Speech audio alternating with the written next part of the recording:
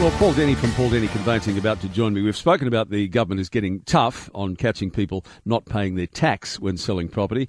So, mate, what can you tell me about what they're going to do about that? Well, it really starts when a person buys a property. In the past, we, as conveyancers, we've only been required to take what we judge to be reasonable steps to identify our clients and their residential status in Australia. Okay.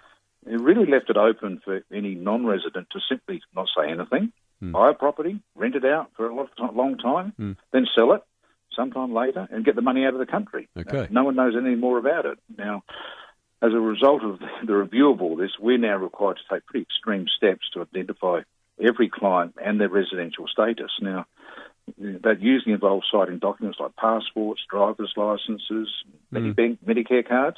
And in some cases, we also need to take their photograph and store that information on a secure facility. Are you kidding me? So, look, hang on. Let me get that straight. Let's say I've been a client of yours for, say, 20 years. I now have to turn up to your office with all of these ID documents and have these certified and have my photo taken. Yes. That's a tad extreme, isn't it? I think I would feel a bit insulted by that. What sort of response are you getting from your clients? Yes, some clients, particularly those who have been clients for many years, do feel a bit affronted by what they seem, it seems like we're doubting their integrity. However, once we explain the reasons for this, they seem to accept the necessity for it, I guess. Yeah, okay, well, explain to the listeners what the reasons are. Well, there's two reasons. The first is to identify foreign owners from the outset, and then they're targeted by the state government for stamp duty and land tax, and the Commonwealth government for income tax and capital gains tax. Okay. Now, the other thing that's been happening quietly in the background is that when people own a property, there's a document called a certificate of title. Now, most people don't see it because the bank have it, but that actual document is disappearing. I can think of no other proud moment than to actually hold the title to your home after spending decades paying the mortgage. Oh, absolutely, yeah. Yeah, well, I'm afraid that's not going to be the case from now on because the titles registry is moving towards a completely paperless system. What this means, with this comes more responsibility on the conveyancing. Yeah, on you, to actually identify the identity of those buying and selling property. The days of people sitting around a table exchanging documents and checks is disappearing.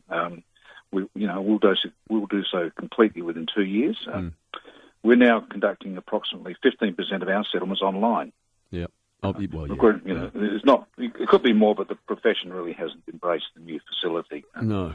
Now, the huge advantage of completing property settlements like this is it virtually eliminates the possibility of anything going wrong at the last minute. There's sometimes incorrect spelling on documents or checks have the wrong amounts and things like that. Sure, yeah. So you've only got to ask someone who's been stranded outside their new home with a truckload of furniture on a Friday afternoon to know what that feels like. It does happen. That would be. Does it? Yeah, that'd be a horrible sinking feeling. Now, what about? Look, this has to have cost attached, surely. What's the impact of the actual process of buying and selling property now in relation to costs? Well, for many years now, the actual process has been streamlined by the technology that's become progressively available. And, that's had the effect of keeping costs low over a long period of time.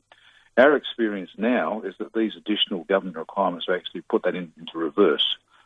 We can go so far to absorb the additional requirements into our own systems, but inevitably I think it will lead to increased costs. Yeah, I think you said it the last time we spoke to you, mate. Governments put these things in place and then worry about the consequences later. Yeah. And thankfully, we have someone like you to worry about it for us. Doesn't get any easier, mate, does it? Good job we got people like you around to steer us through the maze. Thank you for the chat, mate. Okay, thanks, Kevin. That is Paul Denny from Paul Denny Conveyancing.